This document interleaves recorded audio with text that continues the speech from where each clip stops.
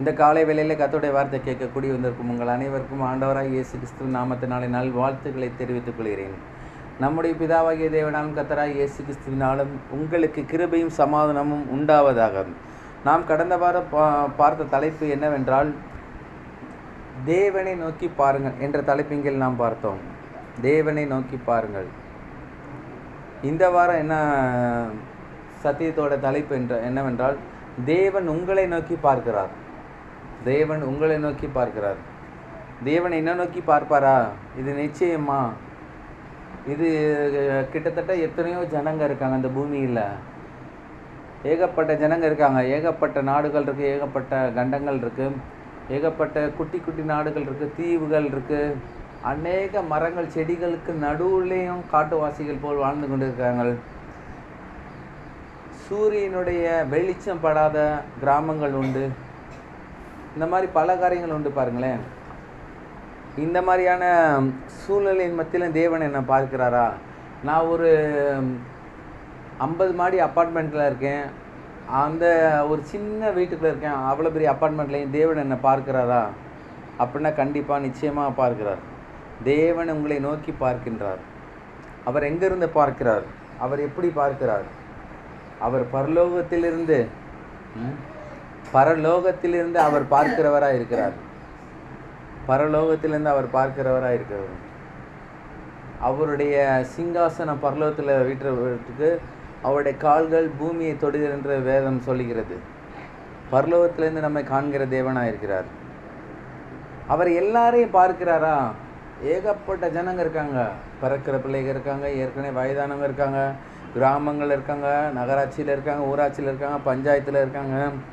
இந்த மாதிரி எக்கச்சக்கமான ஜனங்க இருக்காங்களே, கோடிக்கணக்கான ஜனங்கள் இருக்காங்களே. எல்லாரையும் பார்க்கிறாருன்னா எல்லாரையும் பார்க்கிறார். அதுக்கு வேத வசனம் ஆதாரமாகவே சொல்லுகிறது. நாம் யாவரும் வாசிப்போம். சங்கீதம் 33 அதிகாரம் 13 நான் வாசிக்கிறேன் உங்களுக்காக. சங்கீதம் 33:13. கர்த்தர் வானத்திலிருந்து நோக்கி பார்த்து எல்லா மனுபுத்திரரையும் காண்கிறார். கர்த்தர் வானத்திலிருந்து நோக்கி பார்த்து எல்லா மனுபுத்திரரையும் காண்கிறார். எல்லா மனுபுத்திரரையும் காண்கிறார்னா ஏதோ ஒரு சில நேரம் காண்கிறார், அப்புறம் மிச்ச நேரத்தில் அவர் வேற யாரையும் பார்க்க போயிறாருன்ற அர்த்தம் இல்லை. எல்லா மனுபுத்திரரையும் எல்லா நேரங்களிலும் அந்த மனுபுத்திரருடைய சூழ்நிலைகள் எப்படி இருந்தாலும் அவர் பார்த்து கொண்டு இருக்கிறார். ஒவ்வொரு மணித்துளியும், ஒவ்வொரு நிமிடமும், ஒவ்வொரு மணி நேரங்களும், ஒவ்வொரு நாளும், ஒவ்வொரு வாரமும், ஒவ்வொரு மாதமும், ஒவ்வொரு ஆண்டாண்டாக அவர் பார்த்து கொண்டே இருக்கிறார். அவர் எல்லா நேரமும் பார்த்து கொண்டே இருக்கிறார். எல்லா கால சூழ்நிலையிலும் மத்தியிலும் பார்த்து கொண்டே இருக்கிறார். அவர் பார்த்து கொண்டே இருக்கிறார். பாருங்க, தேவன் உங்களை நோக்கி பார்க்கின்றார். நான் சொல்கிறேன், தேவன் மட்டுமா பார்க்கிறாரு? இல்லை, பிசாசும் பார்க்கின்றான். பிசாசு நம்மளை பார்க்கின்றான். பிசாசு நம்மளை பார்க்கின்றான். எப்படி விழுந்து போவான், எப்படி பிரச்சனைகள் அகப்படுவான், எப்படி வியாதியில் மாட்டிக்கொள்வான், எப்படி குடும்பத்தில் அவனை பிரிவினை உண்டாக்கலாம், யோபுக்கு ஏற்பட்டது போல் எப்படி பொருட்சேதத்தை இந்த குடும்பத்தில் ஏற்படலாம் அப்படின்னு பிசாசு நம்மளை பார்த்து கொண்டிருக்கிறான். எவனை வஞ்சிக்கலாம் என்று பிசாசானவன் வகை தேடி சுற்றி திரிகிறான். பாருங்க, ஒரு சிங்கத்தை போல யாரை விழுங்கலாம் என்று பிசாசானவன் தேடிக்கொண்டு இருக்கிறான். பிசாசும் நம்மளை நோக்கி பார்த்து கொண்டிருக்கிறான், தேவனும் நம்மளை நோக்கி பார்த்து கொண்டிருக்கிறான். தேவன் நம்மளை நோக்கி பார்ப்பது நாம் வாழ்வடையும்படியாக, நாம் ஜீவியம் பெறும்படியாக, நாம் ஜீவனை அடையும்படியாக, நாம் சுகம் அடையும்படியாக, நாம் பலன் அடையும்படியாக. ஆனால் பிசாசானவன் பார்த்து கொண்டிருப்பது மனுஷன் எப்போ விழுந்து போவான், மனுஷன் எப்போ பலவீனப்பட்டு போவான், மனுஷனுடைய வாழ்க்கையில் எப்போ குற்றங்கள் குறைகள் உண்டாகும், மனுஷனுடைய வாழ்க்கையில் எப்படி நிம்மதி இல்லாமல் போகும், அவனை எப்படி கடனுக்குள்ளே ஏற்படுத்தலாம், இப்படின்ற பிரச்சனையோடு பார்த்து கொண்டு இருக்கிறான். ஆனாலும் கர்த்தர் பார்க்கிற வேற, பிசாசு பார்க்கிற விதம் வேற.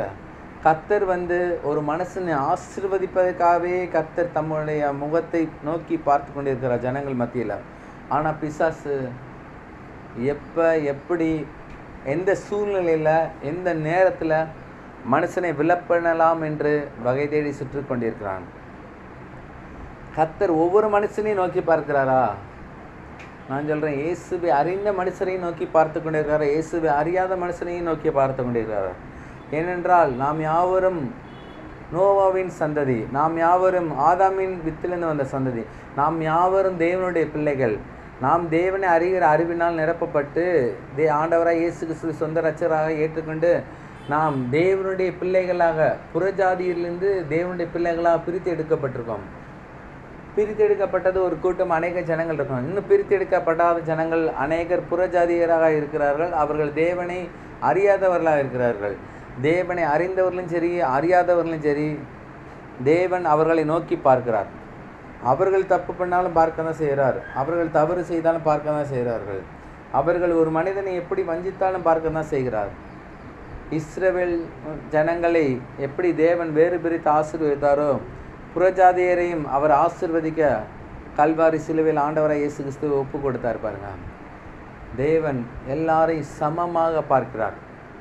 ஏனென்றால் இந்த பூமியில் பிறந்த ஒவ்வொரு மனிதனும் அவருடைய சாயலாகவே சிருஷ்டிக்கப்பட்டார்கள் என்று வேத வசனம் சொல்கிறது. தம்முடைய சாயலாகவே மனிதனை சிருஷ்டித்தார் என்று வேத வசனம் சொல்கிறது. அவர் நம்மை நோக்கி பார்க்கிறார். பாருங்க, அதனால தான் நம்ம ஏதாவது தப்பு செய்யும்போது, இல்லை நாம் யாரையாவது குறை சொல்லும் போது, இல்லை யாரையாவது திட்டும்போது நமக்குள்ளே ஒரு உணர்வு உண்டாகணும். தேவன் நம்ம பார்க்கிறார். குற்றங்களையும் குறைகளையும் நாம் சொல்லிக்கொண்டே இருக்கக்கூடாது. அது தேவனுக்கு பிரியமான காரியம் இல்லை. மற்றவர்களை குறித்து, மற்றவர்களுக்கு பிரயோஜனமான காரியங்கள் இருந்தால் மட்டும் நாம் பேச வேண்டும். ஏனென்றால் நான் வீட்டுக்குள்ளே இருந்தாலும் சரி, வெளியில் இருந்தாலும் சரி, ஸ்கூலில் இருந்தாலும் சரி, காலேஜில் இருந்தாலும் சரி, வேலை ஸ்தலங்களில் இருந்தாலும் சரி, ஒரு வேலைக்கு போகும்போது இருந்தாலும் சரி, ஒரு ட்ராவல் பண்ணிக்கிட்டு இருந்தாலும் சரி, நாம் எங்கே எப்பொழுது எல்லா இடங்களிலும் தேவன் நம்மை நோக்கி பார்க்கிறார். அவர் நோக்கி பார்க்கிறார். நீர் என்னை காண்கிற தேவன், அவர் நம்மை விட்டு விலகுவதில்லை, நம்மை கைவிடுவதில்லை என்று அவர் சொல்லியிருக்கிறார். எனவே நமக்குள்ள ஒரு ஞான அறிவு உண்டாகணும். தேவன் நம்மை பார்க்கிறார் என்று, தேவன் நம்மை பார்க்கிறார் என்று. எப்பொழுது நம்மை பார்க்கிறார்? எக்ஸாம் எழுதும் போதும் பார்க்கிறார். நம்ம அடுத்த பிள்ளைகிட்ட பேனா வாங்குற மாதிரி கொஸ்டின் பேப்பர், ஆன்சர் பேப்பர் பார்க்கலாமா? பார்க்கக்கூடாது. தேவன் நம்மை பார்க்கிறவராக இருக்கிறார். அடுத்தவங்க காசு நம்ம கையில் எக்ஸ்ட்ரா வந்துருச்சா, அந்த பணத்தை திருப்பி கொடுக்கணும். 100 ரூபாய் 200 நமக்கு பெரிய காரியமாக தெரியலாம். ஆனால் தேவனுடைய ஆசீர்வாதங்களை நாம் இழந்து போகக்கூடிய அநேக சாத்தியக்கூறுகள் உண்டு. வேதத்தில் சொல்லப்பட்ட கொஞ்சத்தில் உண்மை இருந்தால் அநேகத்தின் மேலே உன்னை அதிபதியாக வைப்பேன் என்று. அடுத்தவங்க பொருளுக்கு நாம் ஆசைப்படக்கூடாது. ஆசை, அதாவது அடுத்தவங்க பொருளை நாம் ஆசைப்படுவது என்றால் அது தேவனுடைய ஆசை அல்ல, அது நீதியான ஒரு ஆசை அல்ல, அது பிசாசு கொண்டு வருகிற ஆசை. அந்த ஆசை என்றைக்கும் நிறைவேறப்படாது. அந்த ஆசை என்றைக்கும் நமக்கு சந்தோஷத்தை தராது. தேவன் கொடுக்கிற ஆசீர்வாதங்கள், தேவன் கொடுக்கிற நன்மைகள், தேவன் கொடுக்கிற பொருளாதார செழிப்பு, தேவன் கொடுக்கிற எல்லா விதமான ஆரோக்கியம், சுகம், பலன், கனம், மகிமை, இவை யாவும் தான் என்றும் நிலைத்திருக்கும். இது யாவும் தான் தேவன் கொடுக்கிற அவருடைய பிள்ளைகளுக்கு கொடுக்கிற சராசரியான நியாயமான ஆசை. இந்த மாதிரி ஆசைகளுக்கு தான் நாம் ஆசைப்படணும். பாருங்கள், எப்பொழுதும் நமக்குள்ள ஒரு பெரிய உணர்வு உண்டாகணும். நாம் தேவன் நம்மை நோக்கி பார்க்கிறார் என்று. இனிமேல் இந்த வாரம் முழுவதும் நம்முடைய தியான பகுதி என்னவென்றால், எந்த சூழ்நிலையிலும் கூட தேவன் நம்மை பார்க்கிறார். நம்ம அநேக தலைப்பிங்கள் நாம் பார்த்து வந்தோம். வழி இல்லாத இடத்துல வழிகளை உண்டாக்குறார். தேவனை நோக்கி பாருங்கள். மற்ற எல்லா காரியங்களும் பார்த்தோம். பாருங்கள், எப்படி கீழ்ப்படியணும், எப்படி விசுவாசிக்கணும், இந்த மாதிரி காரியங்கள் பார்த்தோம். பாருங்கள், இதெல்லாம் தேவனுடைய ஆசீர்வாதங்களின் ஒரு பகுதி. இதே போல தான் தேவன் இந்த வாரம் முழுவதும் நம்ம என்ன சொல்கிறாரா, தேவன் உங்களை நோக்கி பார்க்கிறாருங்கிற தலைப்பை நம்ம அப்படியே யோசித்துக்கிட்டே இருக்கணும். தேவன் நம்மை பார்க்கிறார். நான் ஏற்கனவே சொன்ன பிரகாரமாக புறஜாதியரையும் பார்க்க தான் செய்கிறார், நம்மளையும் பார்க்க தான் செய்கிறார். தேவன் நம்மை பார்க்கும்போது நமக்கு ஆசீர்வாதங்களை அவர் கொடுக்க நல்லவர் வல்லவரமாக இருக்கிறார். கர்த்தர் ஆபிரகாமுக்கு ஆசீர்வாதத்தை கொடுத்தார். நாம் யாவர் திருப்புவோம். ஆதியாகமம் புஸ்தகம் 15ஆம் அதிகாரம் 5. ஆதியாகமம் 15:5.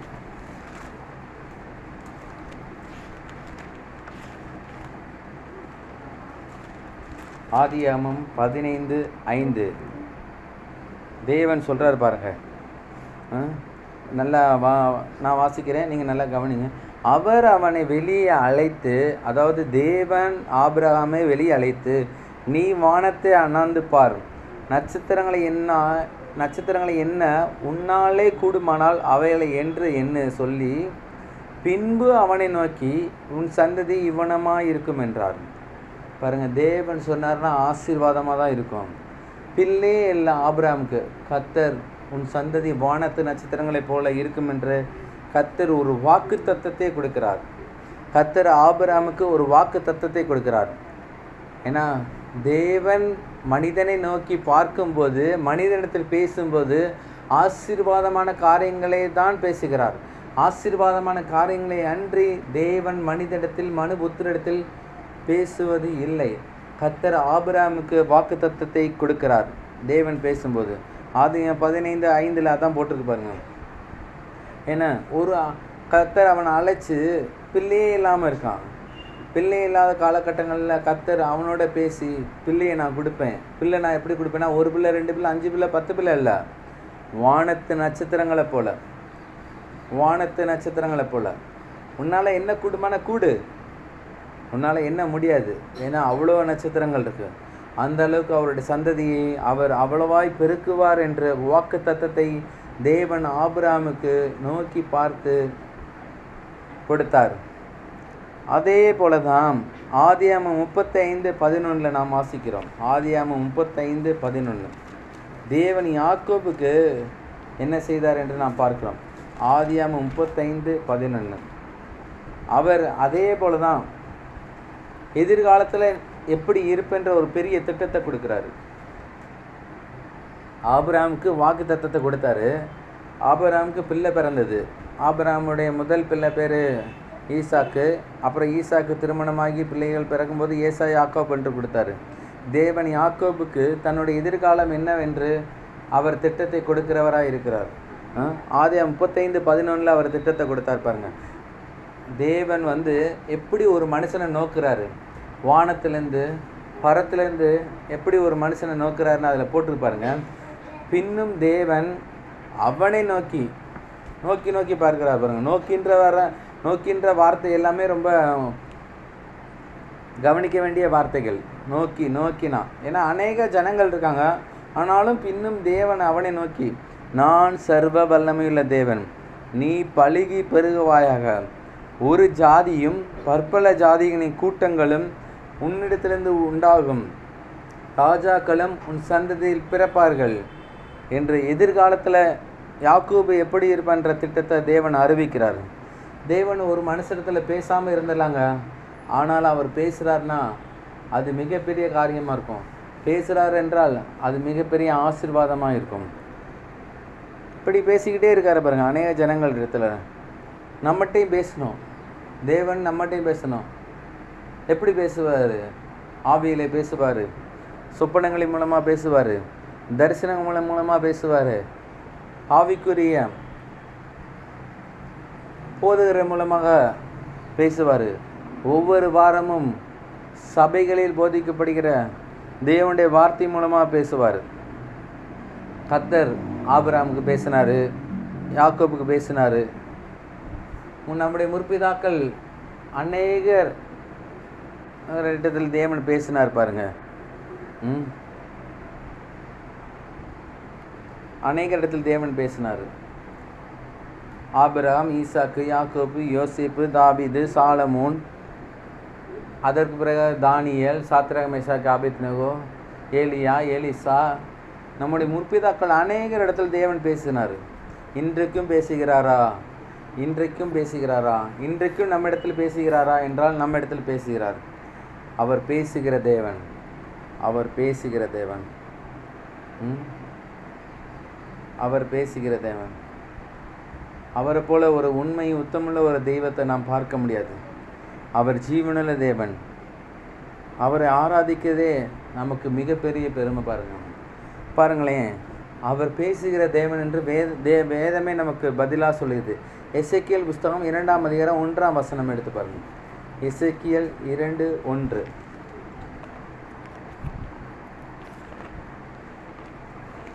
அதில் ஒரே ஒரு வார்த்தை தான் போட்டிருக்கோம். அவர் பேசுகிற தேவன்.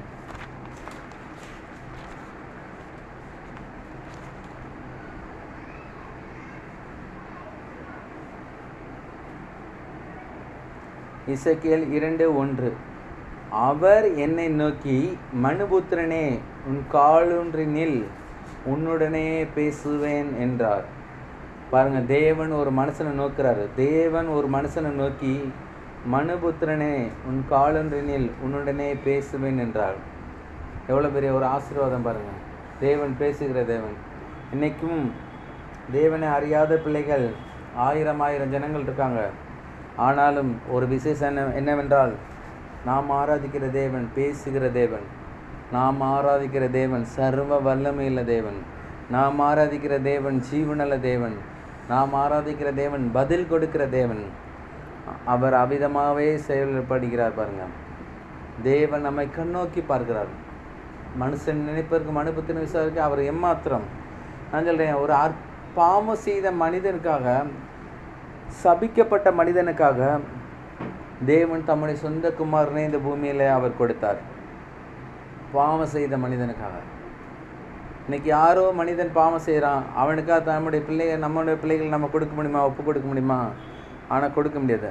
அவர் அவருடைய சொந்த குமாரனை, அன்பின் சொருபியை அவர் கொடுத்தார் பாருங்க. ஏனென்றால் மனிதனை அவர் அவ்வளோ நேசிக்கிறார். மனுபுத்திரனை அவர் அவ்வளோ நேசிக்கிறார். குடும்பங்களை அவர் நேசிக்கிறார். அவர் அவருடைய பிள்ளைகளாகவே கல்வாரி சிலுவையின் மூலமாக மாற்றி வைத்திருக்கிறார் பாருங்க. ஏன்னா தேவன் பேசுகிற தேவன், தேவன் கண்ணோக்கி பார்க்கிற தேவன். நாம் பாடல்கள் பாடின பிரகாரமாக நீர் என்னை காண்கிற தேவன் என்று வேதத்தில் சொல்லப்பட்டிருக்கு. நீர் என்னை காண்கிற தேவன். நாம் யாரை அடித்தாலும் அடிக்கலைனாலும், யாரை திட்டினாலும், யாருடைய பொருளை நம்ம அபகரித்தாலும், யாருக்கு விரோதமாக நம்ம பொய் சாட்சி சொன்னாலும், யாருக்கு விரோதமாக நம்ம குற்றம் சாட்டினாலும், தேவன் நம்மை பார்க்கிற தேவன். அவர் கண்ணோக்கி பார்க்கிறார். அவரை போல ஒரு நல்ல தெய்வம் யாரும் இல்லை இந்த பூமியில். தேவன் நம்மை பார்க்கிறார் என்றால் நம்மை ஆசீர்வதிக்கவே அவர் விரும்புகிறார். நம்முடைய ஜெபங்களுக்கு பதில் அவர் நம்மை நோக்கி பார்ப்பதனால் நமக்கு வருகிறது. நம்முடைய உபவாசங்களுக்கு பதில் அவர் நம்மை நோக்கி பார்ப்பதனால் பதில் வருகிறது. நம்முடைய எல்லா கண்விழிப்புகளுக்கும் ஜெபங்களுக்கும் பதில் அவர் நம்மை நோக்கி பார்ப்பதனால் வருகிறது. எல்லா முழு இரவு ஜெபங்களுக்கு பதிலும் அவர் நம்மை நோக்கி பார்க்கிறனால் வருகிறது. எல்லா விதமான தனிப்பட்ட விதமான ஜெபங்களுக்கு பதில் அவர் நம்மை நோக்கி பார்ப்பதனால் வருகிறது. நாம் அவரை நோக்கி பார்ப்பது வேறு, அவர் நம்மை நோக்கி பார்ப்பது வேறு. நாம் அவரை நோக்கி பார்க்கும்போது குறைகளை சொல்லிக்கொண்டே இருக்கிறோம், தேவையானவைகளை சொல்லிக்கொண்டே இருக்கிறோம், தேவைகளை சொல்லிக்கொண்டே இருக்கிறோம். ஆனால் அவர் நம்மை நோக்கி பார்க்கும்போது பதில் கொடுக்கிறவராக இருக்கிறார், பலன் அளிக்கிறவராக இருக்கிறார், நன்மைகளை தருகிறவராக இருக்கிறார். வேதத்தில் சொல்லப்பட்டிருக்க நன்மையான எந்த ஈவும் பூர்ணமான எந்த பரமும் பரத்திலே உண்டாகி ஜோதியின் பிதாவிடத்திலிருந்து இறங்கி வருகிறது என்று. எல்லா நன்மைக்கு ஊற்றும் ஆதாரம் பரலோகத்தில் வாசம் பண்ணிக்கிற நம்முடைய தேவன். அவரிடத்திலிருந்து எல்லா நன்மைகளும் வருகிறது இந்த பூமியிலே. அவர் நம்மை கண்ணோக்கி பார்க்கிறார். இந்த வாரம் முழுவதும் நான் சொல்கிறேன், இந்த வாரம் முழுவதும் சிலுவையின் வாரமாக இருக்கிறது. இந்த வாரம் முழுவதும் இயேசு கிறிஸ்து ஏன் சிலுவையில் அடிக்கப்பட்டார், நொறுக்கப்பட்டார், வாதிக்கப்பட்டார், குற்றம் சுமத்தப்பட்டார், முட்கிரீடம் ஏன் சூட்டப்பட்டார், ஏன் வாரினால் அடி வாங்கப்பட்டார், இப்படி இப்போ எல்லா காரியங்களையும் இந்த வாரத்தை குறித்து சபைகளில் தியானிச்சிட்டு இருப்பாங்க. நாம் இந்த வாரம் ஒன்று தியானிக்கணும். தேவன் நம்மை பார்க்கிற தேவனாக இருக்கிறார். தேவன் நம்மை பார்க்கிற தேவன். அவர் நம்ம பார்த்தாலே நமக்கு ஆசீர்வாதம் தான். தேவன் நம்மை பார்க்கிற தேவன். என்ன, யோபுவின் புஸ்தகம் 34 அதிகாரம் 21. நாம் என்னென்ன செய்கிறோம் என்று தேவன் நம்மை பார்க்கிற தேவனாக இருக்கிறார். யோபு 34:21.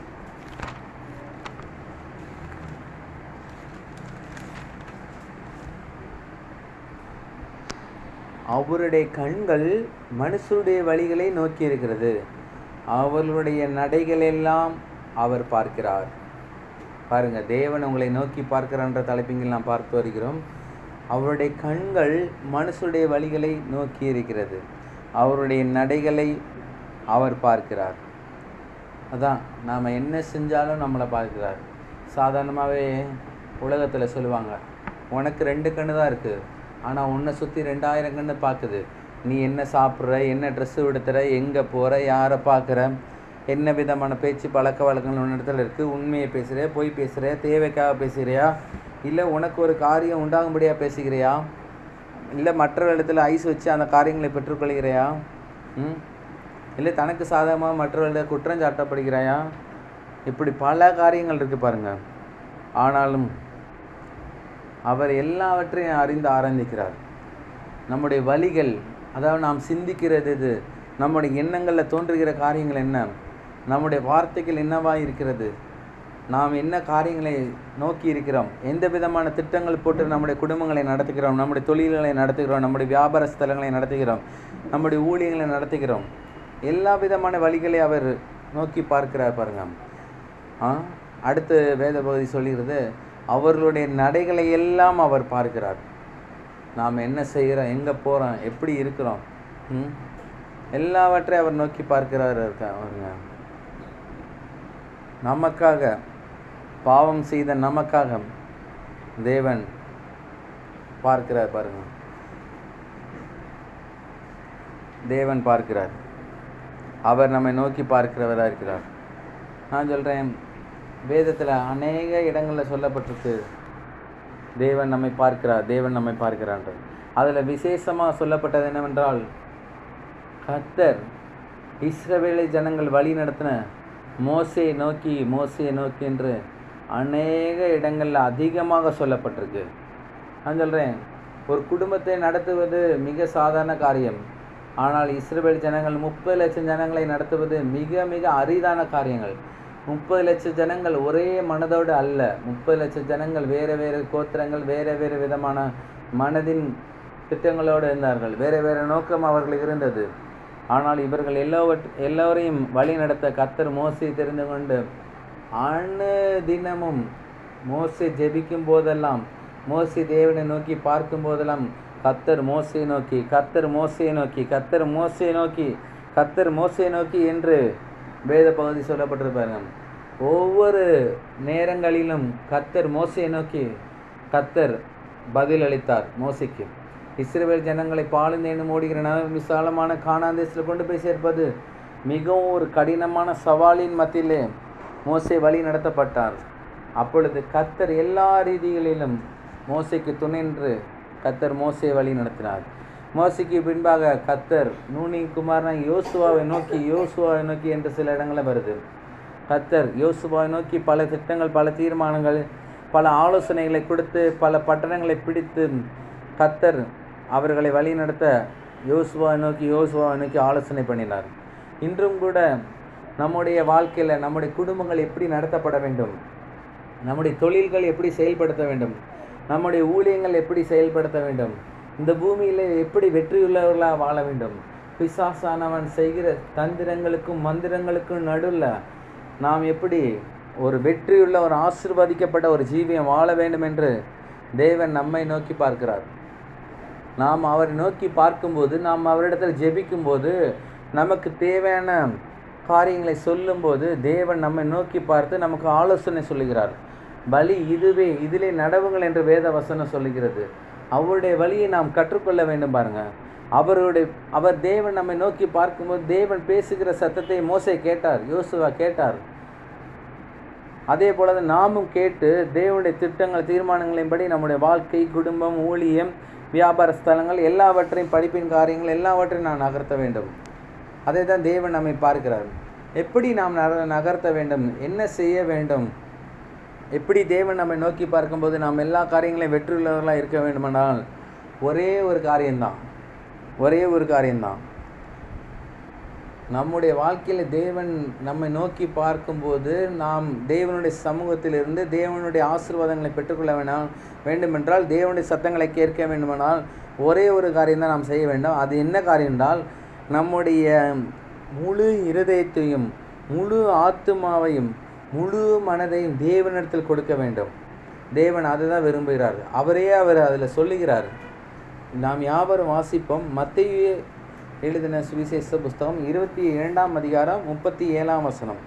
மத்தேயு 22:37. மத்தேயு 22:37. இயேசு அவனை நோக்கி, உன் தேவனாய் கர்த்தரிடத்தில் உன் முழு இருதயத்தோடும் உன் முழு மனதோடும் உன் முழு ஆத்துமாவோடும் உன் முழு மனதோடும் அன்பு கூர்வாயாக. இயேசு தேவன் அவனை நோக்கி, உன் தேவனாய் கர்த்தரிடத்தில் உன் முழு இருதயத்தோடும் உன் முழு ஆத்துமாவோடும் உன் முழு மனதோடும் அன்பு கூர்வாயாக.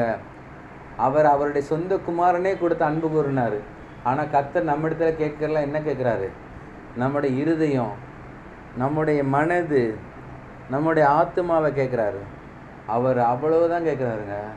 ஆனாலும் அவருடைய சொந்த குமாரனே கொடுத்தார். மத்தேயு 22:37. என்ன இந்த வசனத்தை இந்த வாரம் ஃபுல்லாக தியானிங்க.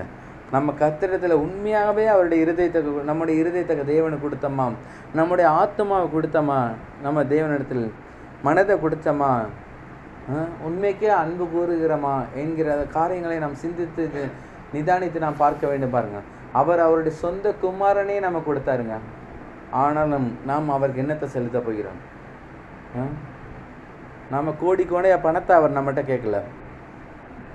நம்முடைய பிள்ளைகளை அவர் நம்மிடத்துல கேட்கல. அவரிடத்துல அவர் கேட்குறது ஒன்று தான், மனுபுத்திரனே, மனுஷியே, உன்னுடைய இருதயத்தை எனக்கு தான். ஏன்னா ஏவாளுடைய இருதயம் பிசாசினால் திருடப்பட்டு தந்திரமாக வஞ்சகமாக, அதனால நாம் நம்முடைய இருதயத்தை கர்த்தர் கேட்குறாரு. வேத வசனம் சொல்லுகிறது, உன் இருதயத்தை எல்லா காவலோடும் காத்துக்கொள், அதனிடத்திலிருந்து ஜீவ ஊற்று புறப்படும் என்று வேத வசனம் சொல்லுகிறது. ஜீவ ஊற்றுனா நமக்கு புரியும்படியே சொல்லனா, நன்மைகளின் ஊற்று, ஆசீர்வாதங்களின் ஊற்று, ஐஸ்வர்யத்தின் ஊற்று, சுகத்தின் ஊற்று, பலத்தின் ஊற்று, ஆரோக்கியத்தின் ஊற்று, ஞானத்தின் ஊற்று, புத்தியின் ஊற்று, அறிவின் ஊற்று எல்லாம் இருதயத்திலிருந்து வெளியிறங்காமல் வருது பாருங்க. அதனால தான் கர்த்தர் கேட்குறாரு, உன் இருதயத்தை நீ வச்சுக்காத. நீ வச்சுருந்தா பிசாசானவன் அதில் பல துன்மார்க்கமான காரியங்கள், பல கெட்ட எண்ணங்கள், பல கெட்ட காரியங்கள், பல கெட்ட சிந்தனைகளை உன்னுடைய இருதயத்தில் போடுவான். உன்னுடைய இருதயத்தை எனக்கு கொடுத்துட்டுனா என்னுடைய ஆவியை அந்த இருதயத்தில் நான் வைக்கும்போது அந்த இருதயம் பரிசுத்தமாக இருக்கும். அந்த இருதயத்தில் நான் வாசம் பண்ணுவேன். அந்த இருதயத்திலேருந்து 100 மடங்கு ஆசீர்வாதம் உண்டாகும். அந்த இருதயத்திலேருந்து 1000 மடங்கு ஆசீர்வாதம் உண்டாகும். அந்த இருதயத்திலேருந்து நல்ல எண்ணங்கள் உண்டாகும். அந்த இருதயத்திலேருந்து நல்ல வார்த்தைகள், வேதத்தில் சொல்லப்பட்டிருக்க, மற்றவர்களுக்கு பிரயோஜனம் உண்டாகும்படியே வார்த்தைகளை பேசணும்னு. தீமையான வார்த்தைகளை பேசக்கூடாதான். நன்மைக்கு ஏதுவான வார்த்தைகளை மட்டும்தான் பேசணுமா, ஜீவனுக்கு ஏதுவான வார்த்தைகள் மட்டும்தான் பேசணுமா. அதனால் கர்த்தர் நம்முடைய இருதயத்தை அவர் கேட்குறார். முழு இருதயம், முழு ஆத்மா, முழு மனது. மனதுனா உலக பிரகாரமான காரியங்கள் இருக்குது, வேத பிரமாணத்தின்படி தேவனுக்கு அடுத்த காரியங்கள் இருக்கு பாருங்க. நம்ம உலகத்திலே இருந்தாலும் உலகத்தின் பிரமாணத்தின்படி நாம் வாழ்ந்தாலும் உலகத்தின் காரியங்களை நாம் சிந்திக்கக்கூடாது. தேவனுக்குரிய, தேவனுடைய ஆவிக்குரிய காரியங்களை நாம் சிந்திக்க விடும்படியாக மனதை கேட்குறாரு. அந்த மனதை பிசாசான ஈஸியாக கெடுத்துருவான். ஒரு பொருளை ஆசை காட்டி, இந்த பொருளை நீ இப்படி அடையலாம், இந்த பொருளை நீ இப்படி பெற்றுக்கொள்ளலாம், நீ இப்படி லைட்டாக எட்டி பார்த்தா அந்த ஆன்சர் தெரியும் எக்ஸாம் டயத்தில், அந்த மாதிரி சின்ன சின்ன காரியங்களில் நம்முடைய மனதை கெடுத்துடுவான்னு தான் கர்த்தர் என்ன சொல்கிறாருன்னா, உன்னுடைய மனசை என்கிட்ட கொடுத்துரு. உன்னுடைய மனசை என்கிட்ட கொடுத்துட்டுனா பிசாசனால ஒன்றும் செய்ய முடியாது. பிசாசனால ஒன்றும் செய்ய முடியாது. அதனால தான் எப்பொழுதுமே நம்முடைய இருதயம் சரி, நம்முடைய ஆத்மாவும் சரி, நம்முடைய மனதும் சரி, தேவனுடைய சமூகத்தில், தேவனுடைய கரத்தில், அவருடைய ஆணி பாய்ந்த கரங்களில் நாம் கொடுத்து விடுவது நமக்கு ஏற்றதாக இருக்கிறது. ஏன்னா அப்படி நாம் செலுத்தும்போது தேவன் நம்மை அளவில்லாமல் ஆசீர்வதிக்க அவர் நல்லவரும் வல்லவருமாக இருக்கிறார். மோசை நோக்கி பார்த்தார், இஸ்ரவேல் ஜனங்கள் ஆசீர்வதிக்கப்பட்டு வழி நடந்தார்கள். யோசுவாவை தேவன் நோக்கி பார்த்தார், இஸ்ரவேல் ஜனங்கள் ஆசீர்வதிக்கப்பட்டு கானான் தேசத்தை சுதந்திரமாக பங்கிட்டு கொடுத்தான். நோவா கர்த்தரை நோக்கி பார்த்தார், அவரும் அவருடைய குடும்பம் ரட்சிக்கப்பட்டது. இன்றைக்கி நாம் ரட்சிக்கப்பட வேண்டும்.